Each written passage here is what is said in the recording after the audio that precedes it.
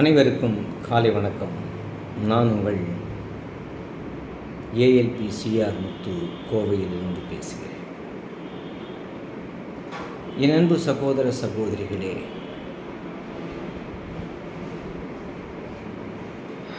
ஆயிரத்தி 1988 இந்த ஜோதிடம் என்னும் அற்புத கலையை அநேக ஞானவான்களிடத்திலே, குருமார்களிடத்திலே கற்றுக்கொண்டிருக்கிறோம். இந்த பாரம்பரியம் என்று சொல்லுகிற இந்த ஜோதிடம்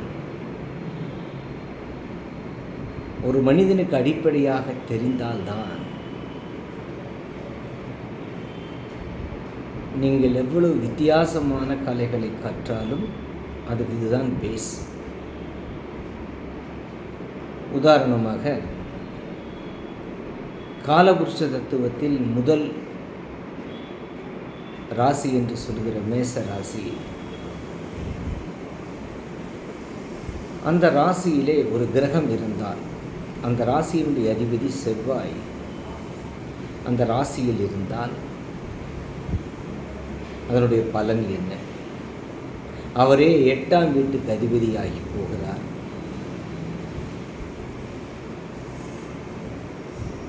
அந்த ராசியிலே அஸ்வினி நட்சத்திரம் இருக்கிறது, பரணி நட்சத்திரம் இருக்கிறது, கார்த்திகை நட்சத்திரம் இருக்கிறது. அந்த ராசியிலே சூரியன் உச்சமடைகிறார்.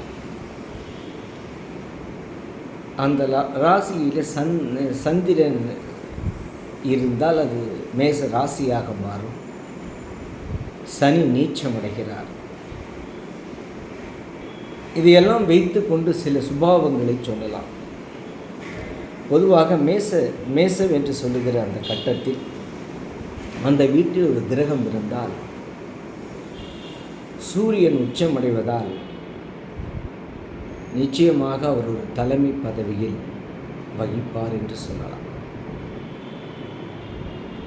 சனி அங்கே நீசமடைவதால், தொழில்காரகன், கடுமையான உழைப்புக்கு காரகன் அவர் நீசமடைவதால், நீங்கள் கடுமையான உழைப்பீர்களானால் உங்களுக்கு முன்னேற்றம் கிடைக்காது.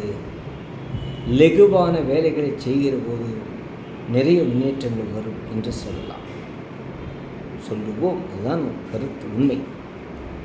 அஸ்வினி நட்சத்திரம் இருப்பதால் அது இரட்டையர்கள் பெருக்கக்கூடிய ராசி என்று சொல்லலாம். அது கருக்கலைப்பு ஏற்படுத்தக்கூடிய ராசி என்று சொல்லலாம். பரணி இருப்பதால் செல்வம் என்று சொல்லலாம்.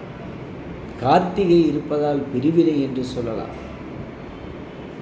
இப்படி அடிப்படையான நிகழ்வுகளை அறிந்து கொண்டு நீங்கள் வேறு எந்த ஜோதிடம் படித்தாலும் அது உங்களுக்கு பிரயோஜனமாக முடியும். அது இப்படி கடுமையான உழைக்கிற சனி பகவான் இங்கே இருந்தால் நீச்சம் அடைகிறார். கடுமையான உழைக்கும் போது அவருக்கு வெற்றி கிடைக்காமல் போகுமா? கிடைக்காமல் போகும். அவருடைய 3வது பார்வையாக கம்யூனிகேஷன் என்று சொல்லுகிற 3ஆம் வீட்டை பார்க்கார், புதனுடைய வீட்டை பார்ப்பார். ப்ராப்பராக பேச மாட்டார். வருமானம் எப்படி எடுக்க முடியும்?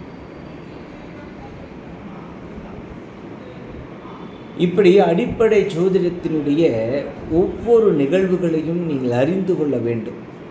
ஒரு ராசி என்ன சொல்லும், அது லக்னம் என்ன சொல்லும், அந்த லக்ன புள்ளி என்ன சொல்லும், அந்த நட்சத்திர புள்ளி என்ன சொல்லும், அங்கே நிற்கிற கிரகம் என்ன சொல்லும், அந்த கிரகத்தினுடைய தன்மை என்ன, அதனுடைய பலன் என்ன என்பதையெல்லாம் முதலாவது நீங்கள் தெரிந்து கொண்டு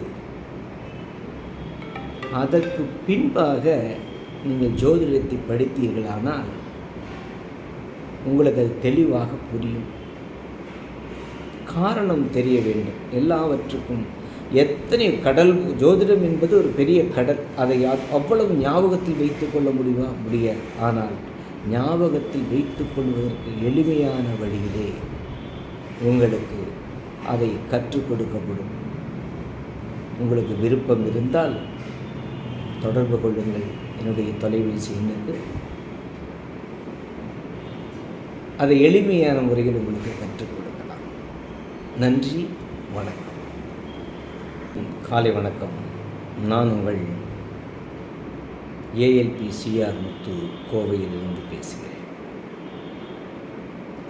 என் அன்பு சகோதர சகோதரிகளே,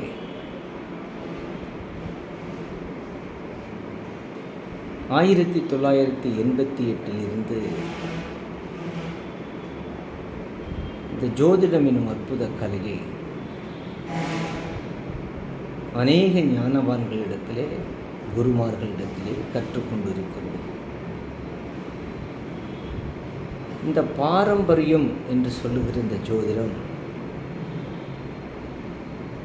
ஒரு மனிதனுக்கு அடிப்படையாக தெரிந்தால்தான் நீங்கள் எவ்வளவு வித்தியாசமான கலைகளை கற்றாலும் அதுக்கு இதுதான் பேஸ். உதாரணமாக, காலபுருஷ தத்துவத்தில் முதல் ராசி என்று சொல்கிற மேச ராசி, அந்த ராசியிலே ஒரு கிரகம் இருந்தால் அந்த ராசியினுடைய அதிபதி செவ்வாய் அந்த ராசியில் இருந்தால் அதனுடைய பலன் என்ன?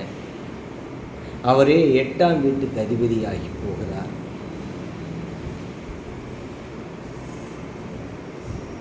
அந்த ராசியிலே அஸ்வினி நட்சத்திரம் இருக்கிறது, பரணி நட்சத்திரம் இருக்கிறது, கார்த்திகை நட்சத்திரம் இருக்கிறது. அந்த ராசியிலே சூரியன் உச்சமடைகிறார். அந்த ராசியிலே சந்திரன் இருந்தால் அது மேச ராசியாக மாறும். சனி நீச்சமடைகிறார். இதையெல்லாம் வைத்து கொண்டு சில சுபாவங்களை சொல்லலாம். பொதுவாக மேசம் என்று சொல்லுகிற அந்த கட்டத்தில் அந்த வீட்டில் ஒரு கிரகம் இருந்தால்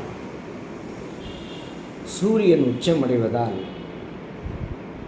நிச்சயமாக அவர் ஒரு தலைமை பதவியில் வகிப்பார் என்று சொல்லலாம். சனி அங்கே நீசமடைவதால், தொழில்காரகன், கடுமையான உழைப்புக்கு காரகன் அவர் நீசமடைவதால், நீங்கள் கடுமையான உழைப்பீர்களானால் உங்களுக்கு முன்னேற்றம் கிடைக்காது. லெகுவான வேலைகளை செய்கிற போது நிறைய முன்னேற்றங்கள் வரும் என்று சொல்லுவோம். அதுதான் கருத்து, உண்மை. அஸ்வினி நட்சத்திரம் இருப்பதால் அது இரட்டையர்கள் பெருக்கக்கூடிய ராசி என்று சொல்லலாம். அது கருக்கலைப்பு ஏற்படுத்தக்கூடிய ராசி என்று சொல்லலாம்.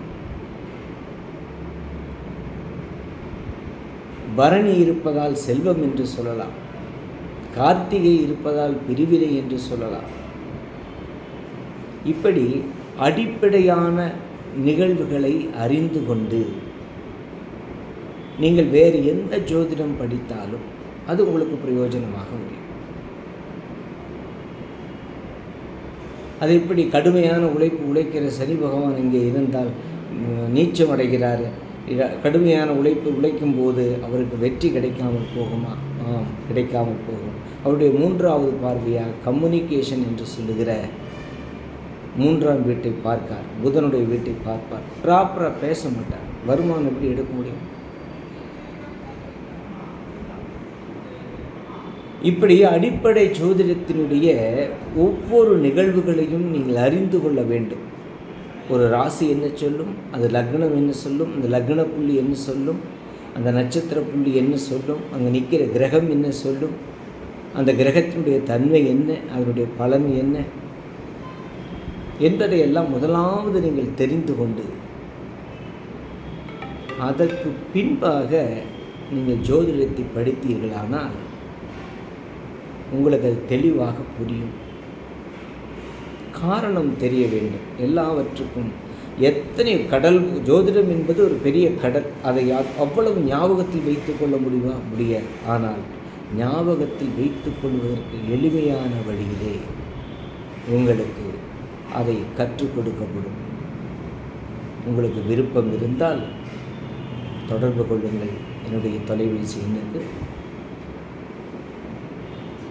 அதை எளிமையான முறையில் உங்களுக்கு கற்றுக் கொடுக்கலாம். நன்றி, வணக்கம்.